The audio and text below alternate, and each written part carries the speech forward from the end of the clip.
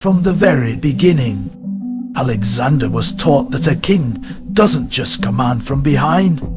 Under the guidance of his father, King Philip, young Alexander learned that a true leader stands with his men. Every lesson, every word was a preparation for a destiny that would lead him to the farthest reaches of the known world.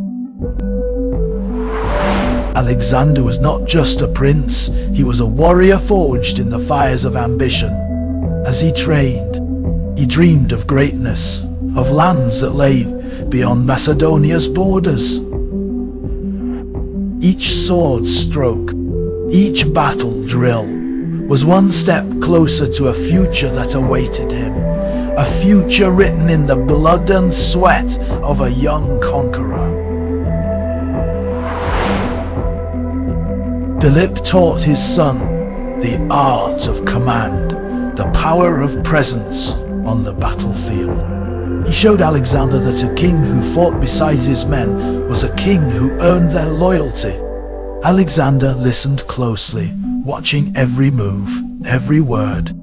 Little did his father know that his student would one day surpass even his wildest dreams. But Alexander's training wasn't limited to the battlefield. Under the mentorship of Aristotle, he was exposed to the philosophies and sciences of the Greeks. He learned that greatness was not only measured by the sword, but by the mind. This dual training of warrior and scholar created a unique leader, one who would see the world not just as a conqueror, but as a visionary. His first taste of war came at Cheronea, where he led a fierce cavalry charge that turned the tide in Macedonia's favor. With a fearless heart, he charged forward, his sword flashing in the sun. This victory was his first, but it would be far from his last. The battlefield became his stage, and he was destined to play the lead role. When he ascended the throne, Alexander faced his first major test, the rebellion of Thebes. He crushed the uprising swiftly, displaying both power and mercy. Thebes fell, and Greece was reminded that a new king ruled. Yet even in victory, Alexander pondered his future, realizing that Greece was merely the beginning of his journey. With Greece united, Alexander set his sights on Asia, a land of vast wealth and endless mystery. He stood before his soldiers, his voice steady, his gaze unyielding. Together, he declared, we will conquer Persia and carve our names into history. His men saw not just a king, but a leader willing to share their burdens. The crossing of the Hellespont marked the beginning of Alexander's grand campaign. As he crossed into Asia, he knew he was stepping into the pages of destiny. With every step, he left behind the familiar and embraced the unknown. For Alexander, this journey was not just conquest, it was the fulfillment of a legacy. At the Battle of Granicus, Alexander led from the front, his sword a beacon for his men. His courage was infectious, and his soldiers followed him with unwavering loyalty. With each enemy that fell, Alexander's legend grew. Persia trembled at the mention of his name, for they knew that this king fought as fiercely as any of his warriors. Across the battlefield, Darius III, the Persian king, prepared to face this unstoppable force. Yet Darius was a ruler accustomed to luxury, while Alexander was a warrior bred for battle. The clash of these two kings was not just a war between empires, it was a test of resolve, of who would bend and who would break. The Battle of Issus was a turning point.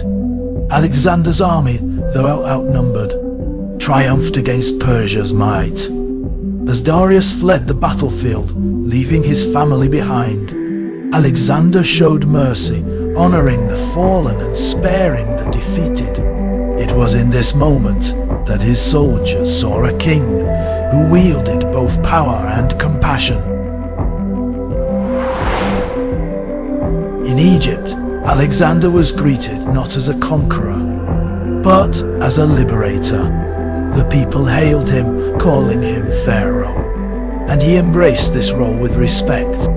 Here, he founded Alexandria, a city that would become a beacon of culture and knowledge. Alexander's ambition was not only to conquer, but to build, to leave behind something greater than himself. Alexandria was more than a city. It was a testament to Alexander's vision. He dreamed of uniting East and West, of bridging cultures through knowledge and trade. This city, his namesake, would stand as a symbol of his ambition, a legacy of peace and unity amid the bloodshed of conquest. But Alexander's journey was far from over. At Gaugamela, he faced the full might of the Persian Empire. Outnumbered, he inspired his troops with words that resonated across the ages. Victory belongs to those who dare. His men saw his unwavering courage and knew that with Alexander, anything was possible. At the height of battle, Alexander cut through the Persian ranks, striking fear into his enemies and rallying his own soldiers. His bravery was unmatched, his resolve unbreakable.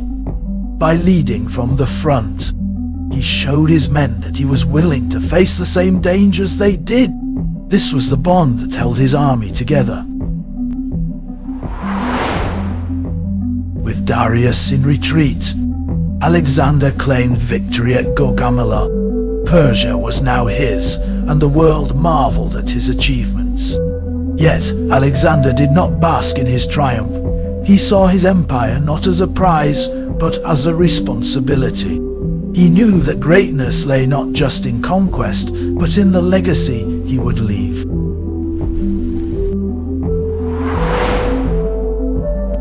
With Persia under his control, Alexander's gaze turned eastward to lands yet uncharted and untouched by his influence.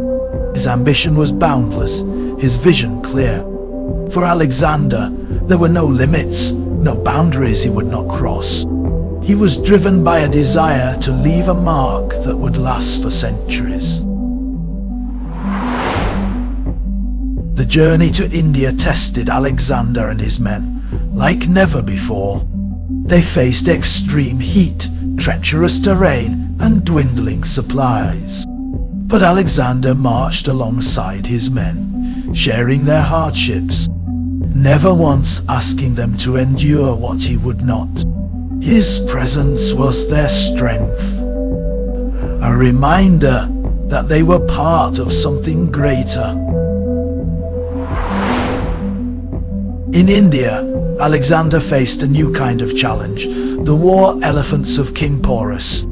These towering beasts struck fear into the hearts of his men. But Alexander, fearless as ever, led his army into battle, devising tactics on the spot to counter this powerful foe. The battle was fierce, but Alexander's courage turned the tide. After his victory, Alexander showed respect to King Porus, treating him as an equal and a worthy opponent. This was not merely conquest, it was a demonstration of honor. Alexander's actions spoke of a leader who valued dignity and respected those who faced him with bravery, even in defeat. Alexander's heart yearned to continue east, to explore the lands beyond India. But his men, weary from years of endless campaigns, longed for home. In this moment, Alexander faced a choice: push forward or honor the loyalty of his soldiers. For the first time, he chose to listen, acknowledging the toll that his ambition had taken. Though he yearned for new conquests, Alexander chose to lead his men home, a decision that spoke of his respect for their loyalty and sacrifice. His journey back was marked not by defeat, but by wisdom, a recognition that even the greatest ambitions must sometimes yield to loyalty and love. Back in Babylon, Alexander's journey came to an end. As he lay on his deathbed, he passed his empire to the strongest, leaving his generals with a legacy both powerful and fragile. In his final moments, he knew that he had achieved greatness, but at a cost that few could bear. After his death, Alexander's empire fragmented, each general claiming a piece of the legacy he had forged. But while his empire crumbled, his legend endured. Alexander the Great became more than a king. He became a symbol, a figure immortalized in the pages of history, forever remembered as the conqueror who dared to dream beyond borders. Alexander's legacy lives on, a reminder of ambition and courage without bounds. He was the king who led from the front, who risked everything for the dream of uniting the world. Join us as we continue to explore history's greatest figures on Helmet Steel. Like, subscribe, and honor the journey of a true conqueror.